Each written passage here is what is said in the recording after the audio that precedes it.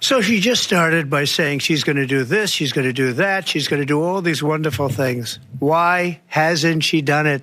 She's been there for 3.5 years. They've had 3.5 years to fix the border. They've had 3.5 years to create jobs and all the things we talked about. Why hasn't she done it? She should leave right now, go down to that beautiful White House, go to the Capitol, get everyone together and do the things you want to do, but you haven't done it and you won't do it because you believe in things that the American people don't believe in. You believe in things like we're not going to frack. We're not going to take fossil fuel. We're not going to do things that are going to make this country strong, whether you like it or not.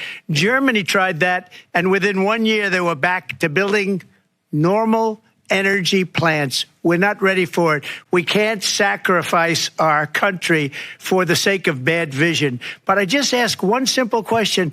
Why didn't she do it? We're a failing nation.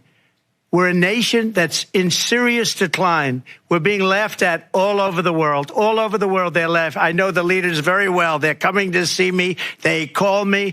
We're laughed at all over the world. They don't understand what happened to us as a nation. We're not a leader. We don't have any idea what's going on. We have wars going on in the Middle East. We have wars going on with Russia and Ukraine. We're going to end up in a third world war, and it'll be a war like no other because of nuclear weapons, the power of weaponry.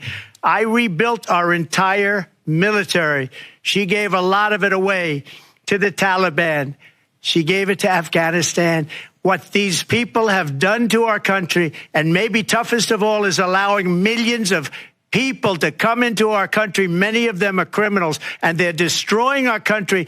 The worst president, the worst vice president in the history of our country. The moderators, to me, it was a failed opportunity. I think the American people were failed tonight. I was disappointed by the evident bias of the moderators who were fact-checking constantly kind of trivialities by President Trump. As far as I saw, they didn't fact-check Vice President Harris a single time. But you're right, Sean, the party that I grew up in doesn't exist anymore. The party of Robert Kennedy and John Kennedy was a party of peace. It was the party of resisting the corporate subversion of American democracy.